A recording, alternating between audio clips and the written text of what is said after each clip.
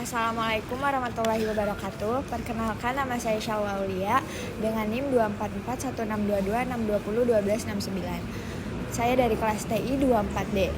Di sini saya akan mempresentasikan hasil studi mengenai penerapan metode Critical Path Method atau CPM pada proyek konstruksi, khususnya pada pembangunan rumah tipe 45 di Samarinda.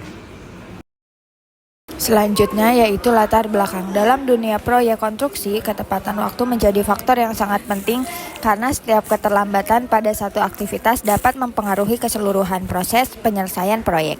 Oleh karena itu, diperlukan suatu metode yang dapat membantu dalam mengatur dan menganalisis waktu pelaksanaan kegiatan agar lebih efisien dan terstruktur. Selanjutnya ada rumusan masalah. Yang pertama yaitu bagaimana menentukan jalur kritis dalam proyek. Dan yang kedua, bagaimana penerapan metode CPM dalam penjadwalan. Selanjutnya yaitu ada tujuan. Di sini ada 3 tujuan, yaitu yang pertama menentukan jalur kritis proyek, yang kedua menghitung durasi minimum proyek, dan yang ketiga menerapkan Critical Path Method. Sebelum lanjut, apa sih Critical Path Method itu? Jadi Critical Path Method atau CPM adalah salah satu metode dalam manajemen proyek yang digunakan untuk menentukan jalur terpanjang dari rangkaian aktivitas yang saling bergantung. Jalur ini disebut sebagai jalur kritis karena sangat menentukan total waktu penyelesaian proyek. Jika terjadi keterlambatan pada salah satu aktivitas di jalur ini, maka seluruh proyek akan ikut terlambat. Selanjutnya yaitu studi kasus. Di sini ada studi kasus yaitu proyek pembangunan rumah tipe 45 di Samarinda. Awalnya direncanakan selesai dalam waktu 176 hari berdasarkan perhitungan normal. Setelah dianalisis menggunakan metode Critical Path Method CPM, diperoleh jalur kritis yaitu A, B, C, D, E, F, G, H, I, J, K, E, dan M dengan durasi proyek menjadi 166 hari. Selanjutnya dilakukan optimasi dengan mengurangi waktu tunggu, menjalankan beberapa aktivitas secara paralel, serta meningkatkan produktivitas kerja, sehingga durasi proyek dapat dipercepat menjadi 127 hari.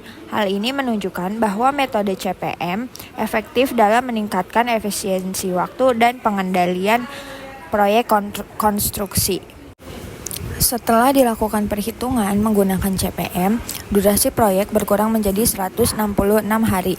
Hal ini karena CPM menghilangkan aktivitas yang tidak efisien dan hanya fokus pada jalur kritis. Aktivitas pada jalur kritis tidak memiliki waktu kelonggaran atau slack, sehingga jika terjadi keterlambatan pada aktivitas tersebut, maka proyek akan ikut terlambat. Pada bagian ini, saya akan menjelaskan rumus dan perhitungan yang digunakan dalam metode CPM.